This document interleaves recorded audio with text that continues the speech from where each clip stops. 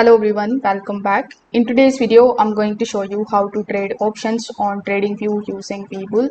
Now, before proceeding into this video, there is a quick disclaimer that this video is for educational purposes only and it is not a financial advice. Always do your own diligence before doing options trading. So over here, you need to come on tradingview.com and then simply just log in into your account. Now, when you log in into your account, you can launch any of the charts in front of you.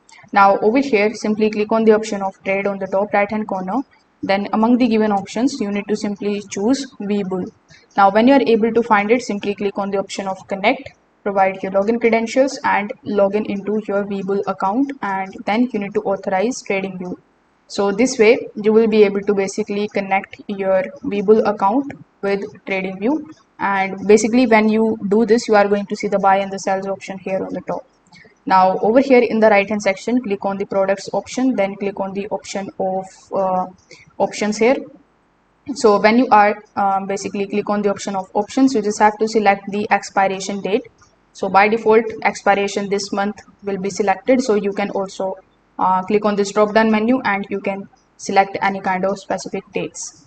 Then you are going to see the available expiration dates, the call and the put contracts, the strike price, the bid and the ask prices, the volume and other contracts information.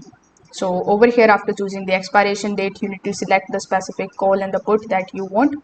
Now, before placing any of the orders, you need to check the strike price, the bid ask spread, the volume and the contract details carefully.